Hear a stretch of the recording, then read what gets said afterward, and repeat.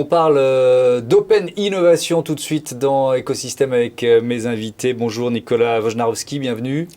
Bonjour Thomas. Vous êtes le directeur innovation et business développement Europe, Moyen-Orient, Afrique et Amérique de Nine Sigma. À vos côtés, Isabelle Waxmuth, bonjour. Bonjour. Bienvenue, gestionnaire de projet à l'OMS, l'Organisation mondiale de la santé. Et on va parler art et santé avec vous. Peut-être il faut d'abord présenter ce qu'est l'open innovation. Tiens, commençons par là. Alors, ce qu'on pourrait dire de l'open innovation, pour faire court, c'est la capacité des organisations à développer des collaborations sur des projets d'innovation.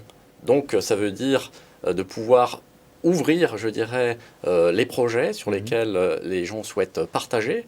Ils ont certains enjeux qui nécessitent, on va dire, de faire appel à l'intelligence collective. Donc, ça veut dire quoi l'intelligence collective? C'est la capacité d'aller chercher dans des écosystèmes qui sont différents de l'écosystème dans lesquels ils évoluent, ils travaillent. Par exemple, un acteur de l'automobile peut trouver des solutions en provenance de l'aéronautique ou d'autres industries, et donc d'être capable de mobiliser très rapidement des chercheurs, différentes communautés, des startups, des petites et moyennes entreprises, dans différentes géographies également, et de faire en sorte que ces gens se comprennent, de comprendre les enjeux et de pouvoir proposer des solutions. Oui, c'est-à-dire plutôt que d'innover tout seul dans son coin, on innove collectivement. On est vraiment dans la définition de l'écosystème. Hein. Vous êtes au bon endroit pour en parler. Nine Sigma, c'est quoi? Alors, Nine Sigma, en peu de mots, c'est une société qui a été créée aux États-Unis il y a une vingtaine d'années. Oui. Au début de l'open innovation, d'ailleurs, pour le vocable, c'était le professeur à l'université de Berkeley, Henry Chesbrough, qui avait lancé ce concept. Et Nine Sigma a même été créé un peu avant le lancement de ce concept-là. Et c'est une société qui s'est développée aux États-Unis, enfin en Amérique du Nord beaucoup, un peu en Amérique du Sud également, en Europe, Moyen-Orient, Afrique, et également en Asie. Et ce qui a changé depuis 3 ans, le siège de Nine Sigma n'est plus aux États-Unis, mais est une société maintenant japonaise, dont le siège est à Tokyo. D'accord. Et qui sont vos clients? Comment ça marche, quoi? C'est un client particulier qui vient vous chercher et ensuite vous l'aidez à fédérer, à créer cet écosystème? C'est quoi la logique de fonctionnement? Alors, c'est vrai que historiquement, on est parti des grands groupes ou des grandes organisations. Bon, je ne peux pas citer pour des raisons de droit des acteurs, des grands acteurs, mais on pourrait dire des grands industriels dans le secteur, par exemple, de l'agroalimentaire, qui recherchent, par exemple, à développer des solutions sur la production de protéines à base d'origine végétale, et de pouvoir les aider à développer un écosystème. Mais on s'est aussi adressé à d'autres acteurs dans l'aéronautique, dans l'automobile, dans les grands secteurs industriels, dans la chimie par exemple, dans les packaging. On a fait beaucoup de choses également sur le recyclage des matériaux plastiques par exemple. On travaille également sur l'économie circulaire. Donc on a cette capacité, Nine Sigma, on a développé, pour vous donner un ordre d'idée, un réseau d'environ 2,5 millions de contacts dans le monde avec un certain nombre d'écosystèmes, vous voyez, dans différents pays du monde. Et on est capable d'aller rapidement identifier des acteurs qui peuvent justement apporter des solutions face à ces problèmes. Et donc, vous avez travaillé ensemble sur la logique art et santé avec Isabelle Waxmuth, un incubateur de l'art en santé. Ça, c'est tout un programme. C'est l'OMS qui l'a créé, c'est ça? Oui, alors ça, c'était une initiative totalement extraordinaire, enfin, qui a été supportée par mon directeur général. Et donc, en fait, moi, j'ai pu produire avec les Nations Unies et le service en charge de la culture aux Nations Unies une première exposition avec le support de la France sur justement le thème de la violence faite aux femmes et de pouvoir traiter ce sujet-là sous forme artistique. Et donc de pouvoir co-créer avec d'autres artistes. Je suis artiste moi-même, donc je suis peintre aussi. Et donc l'idée, c'était de mélanger donc la peinture, dans ce cas-là, la calligraphie et la photographie, et de faire toute une histoire, en fait, mais une approche derrière scientifique, c'est-à-dire par où passent les femmes, en fait, surtout sur la partie psychologique, en fait, pour passer justement de la violence à la liberté, à retrouver sa liberté, à retrouver un sens à la vie.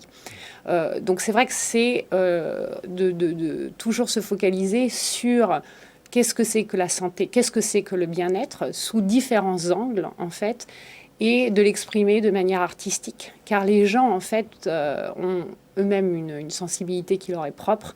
Et donc, du coup, la façon dont ils vont recevoir, en fait, l'information, ça change, en fait, tout en termes d'appropriation de la connaissance et de l'information. Et l'art peut être un vecteur particulièrement efficace. Pourquoi vous travaillez avec Nine Sigma dans le cadre de ce projet? C'est quoi ce partenariat?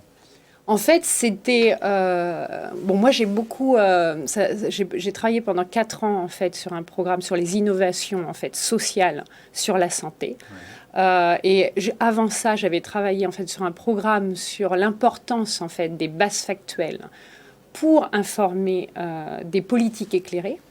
Et donc, on a formé d'ailleurs à travers ce programme plus de 4000 décideurs, des chercheurs, mais aussi des représentants de la société civile. Et c'est très intéressant parce qu'on voit très bien qu'on ne peut pas communiquer qu'à travers en fait, des statistiques ou des données. Donc, toute la partie, en fait, appropriation, notamment par la population, doit passer par d'autres éléments de langage. Et l'art en fait partie. Ouais. Et pardon, je vous interromps parce qu'il nous reste 2 minutes, donc j'aimerais bien que vous m'expliquiez comment vous travaillez avec Nine Sigma. Donc en fait, l'idée, c'est de travailler ensemble pour voir comment on met en place en fait, cet écosystème et comment on va pouvoir faire dialoguer des décideurs, des artistes, des entrepreneurs, notamment des entrepreneurs sociaux. Et par exemple, comment le concept de Nine Sigma au niveau de ce qu'on appelle les grands challenges, comment ça peut s'intégrer justement avec un incubateur comme Art et Santé et porter ce genre de défi en fait à des artistes, par exemple, pour qu'ils s'expriment sur un sujet concernant les objectifs du développement durable. Ouais. Donc la dernière exposition qu'on a fait aux Nations Unies, c'était sur la résilience, justement, après la crise qu'on a connue. Donc qu'est-ce qui a fait que l'ensemble de ces gens, notamment qui avaient des soucis au niveau des problématiques de santé mentale, etc., se sont réappropriés par l'art, par ce domaine artistique, en fait, leur santé. Donc ça a été de voir toute cette approche et de faire un appel, en fait, à artistes et de mettre tout ça en adéquation, donc comme un écosystème, en fait. Donc c'est un exemple d'intelligence collective, en fait. Et le mot, je dirais, qui est clé, c'est la co-création. Aujourd'hui, c'est plus encore que la collaboration et que la coopération, c'est la co-création parce que c'est agir ensemble.